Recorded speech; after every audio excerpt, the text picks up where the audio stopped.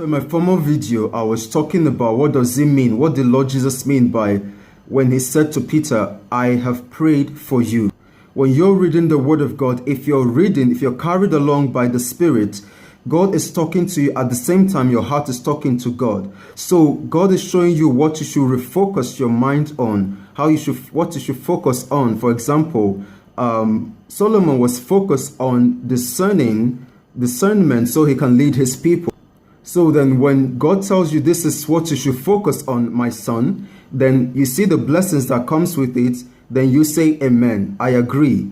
That is how God prays for you. That is how the Spirit prays for us. We do not know what to pray for. So the Spirit guides you into where He wants you to what God wants you to do, the will of God in the Word of God. And all you have to do is say Amen. That is why He says, come with your ears wide open.